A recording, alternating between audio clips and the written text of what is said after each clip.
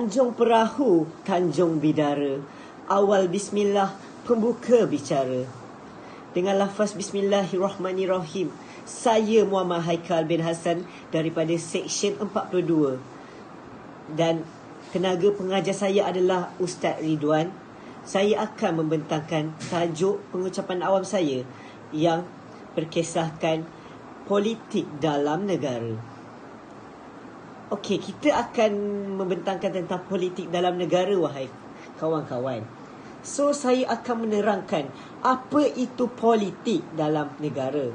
Politik adalah proses dan cara membuat keputusan untuk sesuatu kumpulan. Ya kawan-kawan, saya tahu ia amat sukar untuk difahami kenapa politik ini adalah untuk membuat keputusan, untuk menentukan, untuk membuat pembentukan sesuatu kumpulan. Ia bagi memperkukuhkan sesuatu majoriti agar kita dapat mengeksploitasikan kesefahaman kita sebagai negara yang mewujudkan pelbagai kaum. Dan kita akan menerangkan tentang merujuk kepada kerajaan, tingkah laku, politik juga didapati di dalam korporat, akademik, agama, institusi lain-lain. Institusi lain-lain ini adalah parti-parti kerajaan yang ditubuhkan di pelbagai sektor dalam pentadbiran, pendidikan dan ekonomi kawan-kawan sekalian. So, kemudian, maaf di situ saya tersasul menggunakan bahasa Inggeris. Saya minta maaf. So, baiklah. Kita mempunyai pertumbuhan dan sesuatu persatuan yang direka dan ditubuhkan oleh seseorang pentadbir atau pemimpin. Pada zaman dahulu kita digelarkan sebagai khalifah. Dan kemudian kita mempunyai sesuatu carta organisasi sebagai kepimpinan. Yang pertama, kedua dan ketiga mengikut susunan, mengikut jawatan-jawatan yang diberikan.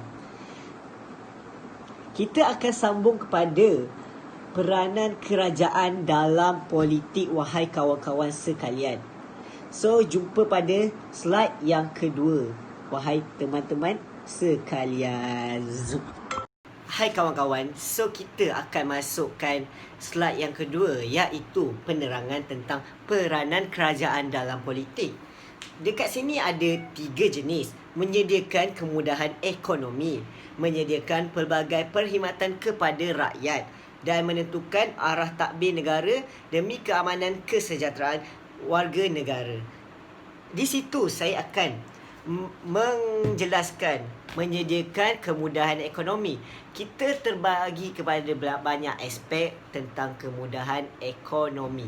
So, kita boleh menentukan tentang naik turun harga pasaran, dan kita boleh tentukan kemasukan keuangan data kita, jumlah kita, perbelanjaan kita, cukai kita dan segalanya. Dan di sini, menurut kita dalam menyediakan pelbagai perkhidmatan kepada rakyat, kita ada menghulurkan kemudahan kenderaan kemudahan. Di situ kita ada membuat kaunter perkhidmatan, dan kita ada buat tempat kita punya nombor kad pengenalan kita untuk kita mengenal pastikan kewarganegaraan kita. Dengan yang untuk mendapatkan poin di situ, menentukan arah takbir negara demi keamanan. Jika kita tiada politik dalam negara, kemungkinan negara kita tidak aman kerana kita tidak mempunyai sesuatu pentadbiran dan kepimpinan dalam kerajaan dalam negara, kawan-kawan. Kemudian kita akan masuk tentang slide yang ketiga, iaitu menerangkan tentang antara kesan baik dan kesan buruk. Jangan lupa untuk tunggu selepas ini. Sekian. So, kawan-kawan, kita kembali sebentar ya, kamera saya tidak jelas. Okey, kawan-kawan, kita kembali tentang dalam politik dalam kerajaan. Saya akan menerangkan tentang pembentangan yang ketiga, slide yang ketiga, iaitu antara kesan dalam politik. Kita dapat tahu, kebanyakan kita tahu tentang kesan. Kesan ni kita boleh bahagikan kepada 2, iaitu kesan baik dan kesan buruk. Untuk kesan baik adalah mengekalkan kestabilan politik negara, meningkatkan perkembangan ekonomi negara, dapat melantik seseorang pemimpin dan sesebuah pentadbiran. Bagi yang kesan baik yang saya menjelaskan tentang mewujudkan carta organisasi untuk melantik pemimpin untuk memimpin sesebuah kerajaan atau negara yang melibatkan politik dalam negara. Kemudian kita akan mempunyai keburukan dalam kesan. Antaranya adalah mendatangkan perbalahan dalam pelbagai aspek, pengaruh bebas, penyebaran berita palsu, rasuah berluar-luasa dan ekonomi juga boleh runtuh. Okey, baiklah. Maaf di situ kerana saya menggunakan bahasa Inggeris. Baiklah, saya akan menjelaskan tentang mendatangkan perbalahan dalam pelbagai aspek, antaranya mendatangkan perbalahan dalam isu perkauman, dalam isu pentadbiran, pendidikan dan ekonomi. Perbalahan dalam isu perkauman akan mendatangkan pergaduhan kerana tidak menyokongnya sesuatu pentadbiran dan tiada mendapat galakan dan sokongan daripada sesuatu kumpulan. Dan saya akan menerangkan tentang pengaruh bebas. Pengaruh bebas bagi kesan politik adalah sangat-sangat besar dan berluas-luasa. Kerana pengaruh bebas ini boleh menyebabkan dalam negara dan juga luar negara yang mendatangkan imej buruk kepada negara kita dan mencemarkan nama baik negara kita, menyebabkan politik dalam kerajaan. Kenapa kawan-kawan mencemarkan? Kerana disebabkan sifat tamak, sifat gila kuasa dan sifat yang ingin mencari benda baharu, ingin mendapatkan sesuatu untuk kepentingan diri sendiri, menggilakan pangkat dan darjat dalam kepimpinan politik dalam kerajaan kawan-kawan. Kenapa saya bicarakan seperti begini? Kerana isu ini sangat-sangat hangat di media masa, dalam akhbar majalah dan berita-berita di televisyen kawan-kawan. Baiklah, kita akan menerangkan tentang penyebaran berita palsu. Kenapa kesan politik dalam keburukannya menyebarkan berita palsu? Kita tahu sekarang isu-isu yang hangat untuk pelantikan Perdana Menteri kita sebagai pemimpin negara begitu hangat diperkatakan sebagai ia adalah bukan pelantikan rasmi dalam kerajaan, kerana ini dilantik secara rawak, secara dalam diam, perbincangan secara formal antara Sultan dan Perdana Menteri dan kabinet-kabinet dalam pengerusi dalam perbincangan pentadbiran negara kawan-kawan. Kemudian kita akan tahu rasuah akan berluas-luasa. Kenapa kawan-kawan rasuah boleh berlaku dalam politik semasa dalam negara, pemilihan politik? Kita tahu bahawa rasuah bila ada dalam politik, kita tahu untuk melantik sesuatu pentadbiran atau mewujudkan sesuatu pentadbiran yang mempunyai pemimpin. Pemimpin adalah ketua dan khalifah yang akan mentadbir dan menguruskan hal ehwal negara, mendengar suara rakyat. Dan kita tahu bahawa adanya pemimpin akan membantu kita daripada belakang hingga depan mengambil tahu hal-hal dalam negara. Politik dalam negara ini amatlah penting dititik beratkan kerana rasuah. Jika rasuah itu wujud, kenapa wujud? Disebabkan salah seorang individu jika melakukan rasuah untuk mendapatkan kuasa, mendapatkan waya untuk menjadi pemimpin. Itu selalu berlaku di dalam isu politik kerajaan. Kemudian kita akan masukkan tentang ekonomi juga boleh runtuh. Okey kawan-kawan, kita tahu jika politik dalam negara wujud, kita tahu pasang surut harga barang, pasaran minyak, ekonomi luar, ekosistem negara, pelancongan dan segalanya akan berubah jika sesuatu pentadbiran mentadbir negara atau memimpin sesebuah negara kerajaan akan menyebabkan ia berlaku isu-isu sebegini. Kemudian kita akan masukkan tentang slide yang keempat yang membincangkan kawan-kawan, yang membincangkan tentang antara sumbangan politik dalam negara. Kita akan sambung slide yang keempat. So, kita akan kembali. Okey kawan-kawan, kita masuk slide yang kelima.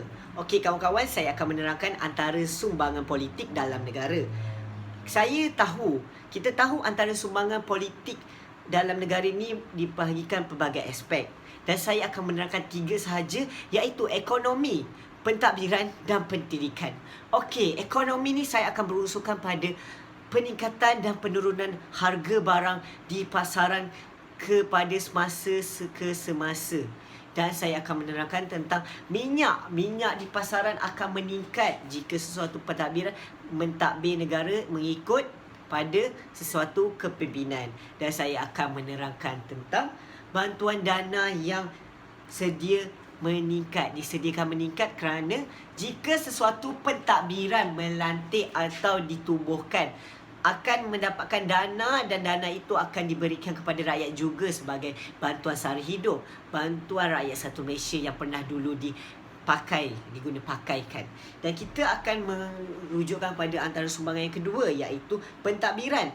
Pentadbiran ni akan kita tahu macam saya memberikan penjelasan tentang pembentukan pentadbiran yang sistematik, mendengar suara rakyat, mengambil tahu rakyat yang saya kabarkan di slide yang pertama dan kedua. Dan pemilihan perwakilan daripada setiap negeri. Baiklah kawan-kawan, kita tahu bahawa setiap negeri, setiap daerah, setiap pelosok di kawasan negara kita ini mempunyai satu ketua atau seorang ketua untuk memimpin anak-anak buahnya dan mengambil tahu apa masalah yang mereka hadapi. Dan saya akan masukkan tentang pendidikan. Pendidikan ini adalah dapat kita tahu jika politik itu wujud, semestinya pendidikan ini akan diutamakan dan dipertikaikan dan diambil tahu di pelbagai aspek. Pendidikan ini yang pertama, bila kita tahu adanya politik, akan wujudnya bantuan awal persekolahan yang diberikan oleh kerajaan setiap tahun. Kenapa diberikan kerajaan setiap tahun? Ia adalah inisiatif yang diberikan oleh kerajaan kepada semua pelajar yang ada berkemampuan dan tidak berkemampuan, ikut kemampuan pada gaji ibu bapa kawan-kawan. Dan kita akan masuk slide yang ke-6. Cabaran yang dihadapi dalam politik.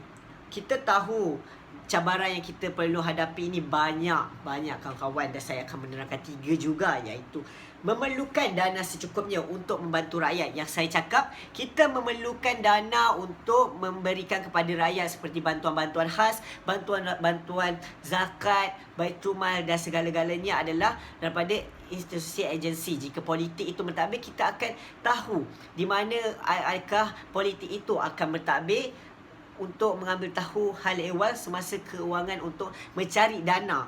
Dana ini adalah sangat besar jumlahnya untuk memberikan kepada rakyat agar kita yang sebagai membayar cukai kepada negara untuk mendapatkan kembali hasil kita. Kemudian kita membuat pusat pengundian yang sistematik. Kita tahu adalah pentadbiran, sumbangannya adalah kita memerlukan pusat pentadbiran yang sistematik seperti sekolah, dewan sekolah, untuk kita membuat pengundian untuk pemilihan raya pada setiap 2 tahun akan datang atau 5 tahun akan datang untuk memilih pemimpin yang bersistematik dan berwawasan tinggi kawan-kawan.